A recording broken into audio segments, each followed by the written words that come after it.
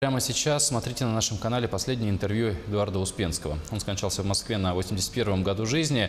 На протяжении нескольких лет он боролся с тяжелым заболеванием. Вклад Успенского в детскую литературу трудно переоценить. Героев его книг и мультфильмов знают многие поколения. Первую книгу «Дядя Федор. Пес и кот» опубликовали в 1974 году. Также Эдуард Успенский является одним из создателей передач «Спокойной ночи, малыши», «АБВ Дейка», «Радио Няня». В 2010 году ему присудили премию имени Корнея Чуковского за выдающиеся творческие достижения в отечественной детской литературе. Каждому лучшее верится, катится голубой вагон.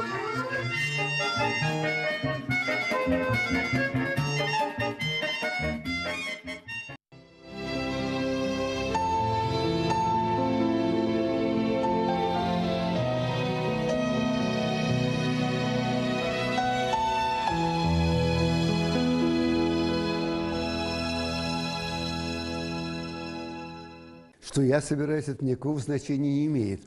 Имеет значение, что собирается снимать мультфильмы Министерства культуры.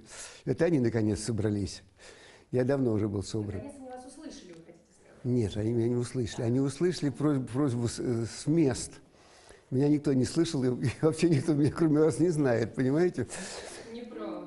Ну, только так вот люди знают, а министерство, студии, они где-то между собой же примерно год говорят о том, что надо продлить сериал, что выделены деньги, то 500 тысяч долларов, то 500 тысяч рублей, то 200 тысяч долларов, 200 тысяч рублей, и что скоро будет сниматься серия.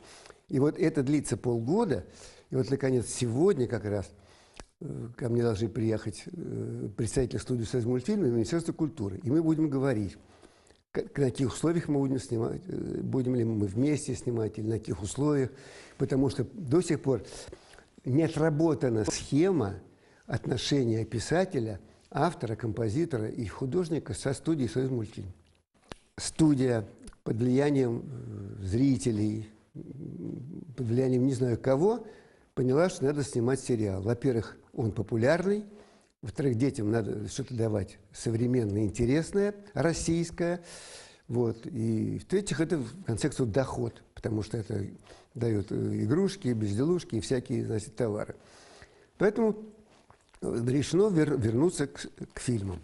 За это время, пока у нас дружбы не было, я написал около 20 повестей про Простоквашино и порядка 30 маленьких историй для малышей. Я их делал для разных журналов, для каких-то там рекламных роликов. Вот. И материал есть. За какой период времени вы сделали? За период времени Простоквашино вышло где-то в 71 году, значит, а сегодня, значит, уже порядка 50 лет. Понимаете, дело в том, что меня огорашивало не один раз, а десятки раз. Просто Чебурашке повезло, он попал на экраны. Но у меня есть не менее интересный герой, например, Гивейчик. Это такой, знаете, резиновый человечек из сока гивеи, такой резиновый буратино. Гивейчик. Да, называется «Приключения Гивейчика и его друзей». Замечательный персонаж, немного смешного происходит. Он не попал на глаза мультипликаторам. Попадет, будет не менее интересный герой. Второй герой есть у меня Жаб-Жабыч Сковородкин. У меня даже есть повесть, которая называется «Жаб-Жабыч метит в президенты».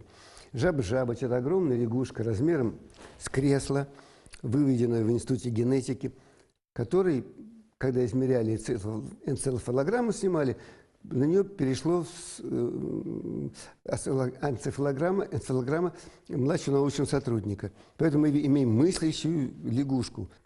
Я готов писать все сам. Но, может быть, у них есть какие-то люди, которые прекрасно владеют какими-то новыми формами телевидения, и им мои реплики и мой ритм неудобен. Тогда все вообще по-нормальному заключается все с того, что приходит к тебе человек, режиссер, говорит, нет ли у вас что-нибудь интересного? Ты показываешь ему разные вещи, говорит, вот, я это беру. После этого, говорит, напишите мне сценарий. Ты пишешь ему сценарий, Эдуард Николаевич, сценарий не получился, я напишу сценарий сам. Пишет он сам. Я говорю, сценарий не получился, теперь я буду писать сам. Вот идет такое вот прилаживание к режиссеру. Как сейчас будет, не знаю. У вас же колоссальный опыт. Сколько У меня опыт работы с 40-летней давности. Что сейчас происходит, есть ли диктат режиссеров, есть ли диктат телевидения. Я вот буду все это выяснять сегодня.